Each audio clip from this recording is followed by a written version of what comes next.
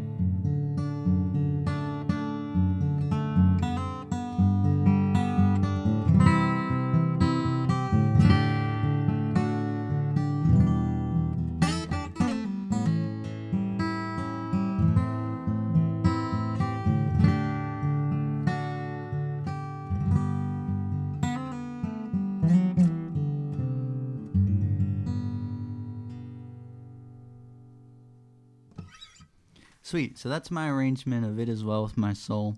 You can find that on any streaming platform under my Hymns and Harmonies EP.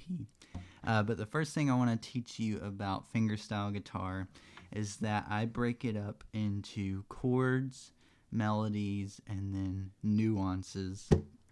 So I usually start with the melody because it comes a bit more natural to me, but you may be a chord person, and that's fine, so you can start there.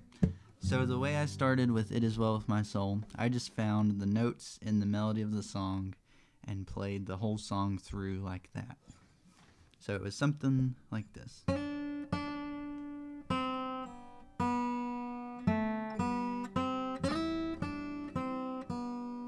So nothing special, nothing crazy, just finding the vocal melody of the song. And then once I nailed that down, I switched over to chords, and I learned all the chords to the song, so I knew it was in the key of G.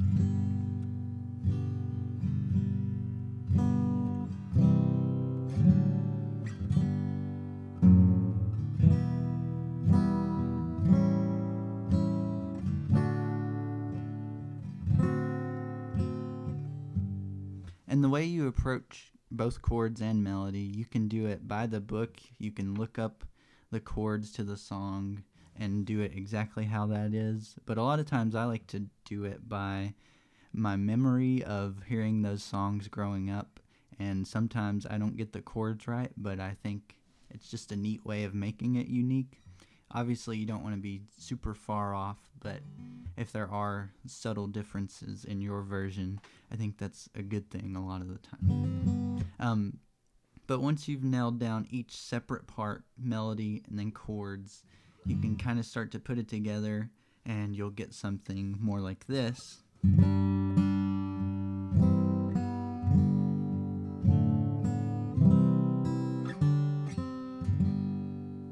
Which is great, and you're playing the song, it's probably recognizable at that point.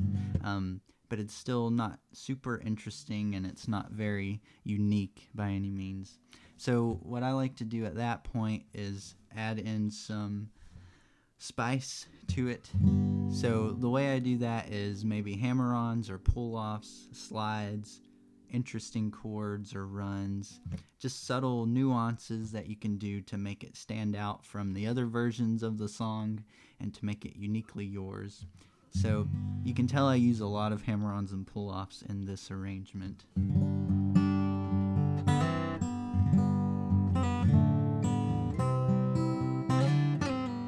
And some slides.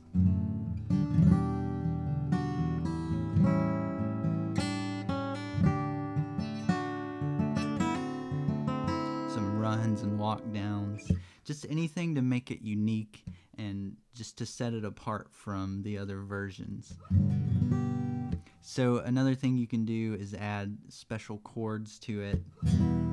So instead of ending the song with, I went back to the minor chord.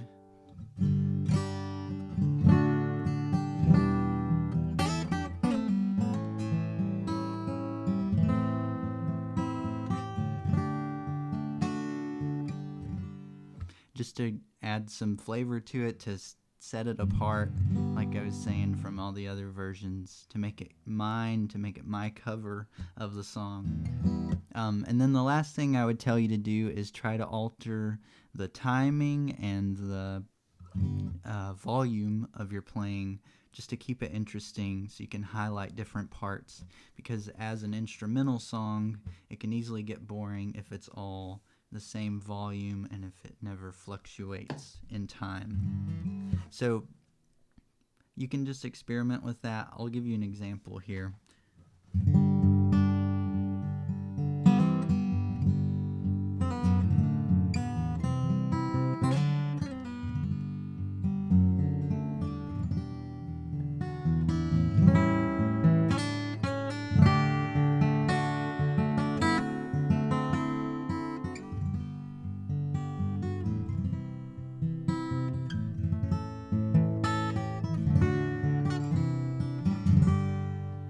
So you can obviously get over the top with it and do way too much of that, but just experiment with it and find what works for the song you're doing.